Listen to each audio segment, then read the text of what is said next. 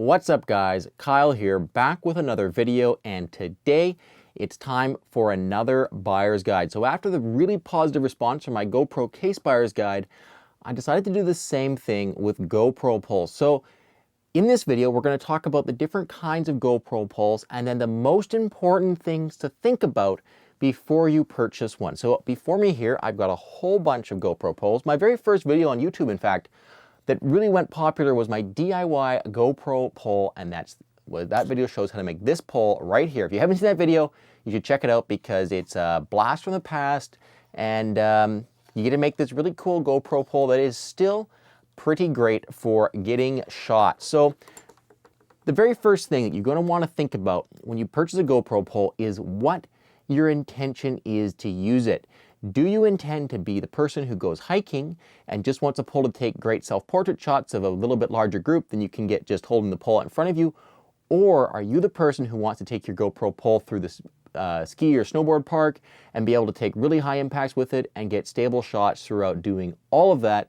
And really this initial decision will really direct the shopping, which way you go when you're shopping. If all you want is something to go hiking with, you get to buy something like one of these two little poles here, which are great because they're super light, they're super compact, and you can be able to basically take them anywhere you want. But if you're going to be taking it through the snowboard park, you're going to need something a little bit more rigid, a little bit more sturdy, maybe you want a little bit longer extension. So all of these factors begin to come into play. So the very first thing you should decide is what kind of activities you're going to be doing with it. If you're going to be doing high impact sports, you really can't look at something like these monopods, these like extension bowls that don't have a locking mechanism because the camera's going to twist around on them. Even this little pole from Cam Kicks is pretty much too flimsy in my opinion to use for that. The three-way would be all right. Something like the GoPro Reach would be pretty good. The POV gear pole would be great. The Polar Pro Power Pole, the UK Pro poles, all of those are pretty sturdy. But that still leaves you with a lot of poles to consider. So the next thing you need to decide is what is the maximum collapsed length of the pole which you can easily fit in your go bag. So let's say you're going skiing and you ski with a backpack. It's critically important that you measure the maximum size of pole you can fit in that backpack and keep that number in mind when you're purchasing this GoPro pole. Something like this UK Pro Pole 54 is a great pole because it extends to a massive 54 inches, but because of its collapsed length, which is still big, it barely fits into, well, really anything short of like a massive hiking backpack, which makes actually taking it anywhere really impractical. In comparison, something like the GoPro Reach is really nice and small. Now, it may not extend as long, but really all of these poles extend and get that camera off your body. They allow you to take steady shots while chasing people, and all of these things you can do with any of these regardless of its maximum extension being 3 inches longer than its competitor. So I would really recommend figuring out what the maximum length of that collapsed pole you can get and you can fit in your bag that you're going to be taking with you is before going out and making a purchasing decision, because that is really frustrating when you have this great pole you've just invested in, it's cost a lot of money, you thought you got a great job, you did a great job shopping for it because you have the biggest, the longest thing you can, and then you realize that you actually can't take it anywhere because, well, the only way to get it somewhere is to strap it to the back of your backpack. The third thing to consider is, are there any special requirements for this pole? Are you the kind of person who shoots around water a lot and would need something to be waterproof, i.e. the power pole from Polar Pro isn't going to work for you? Or are you the kind of person who shoots long days and needs a pole that can keep your GoPro charged up, i.e. the power pole would be great for you?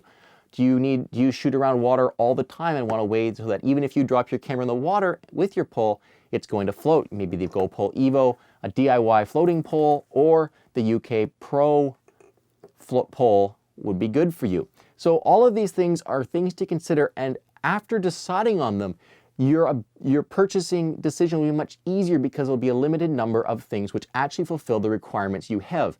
So I always would recommend someone who's shopping for a GoPro pole starting with what they need to use it for, i.e. high impact or low impact, because that'll make it a lot easier to decide if you're just buying a nice little compact monopod like this, or if you're going to be investing in something like the POV gear carbon pole, and then decide on that maximum retracted length. What's that maximum size pole that's going to fit in your bag? One that's really hard to beat is the GoPro 3-way because of its miniature compact size, which even fits into very small cases like the GoPro Venture case. And then finally decide on any special attributes that you need to have with the pole. Other things to look at when you're purchasing it, now these aren't really as important, but there are features which distinguish the poles from each other, is the way in which the GoPro attachment is attached to the end of the pole. So for example, the POV gear carbon fiber poles, that tripod mount is attached, it's a tripod mount. So it's a GoPro tripod mount attached to a 1/4 by 20-inch bolt, which means that tripod mount is removable and you can replace it or change it out if you want.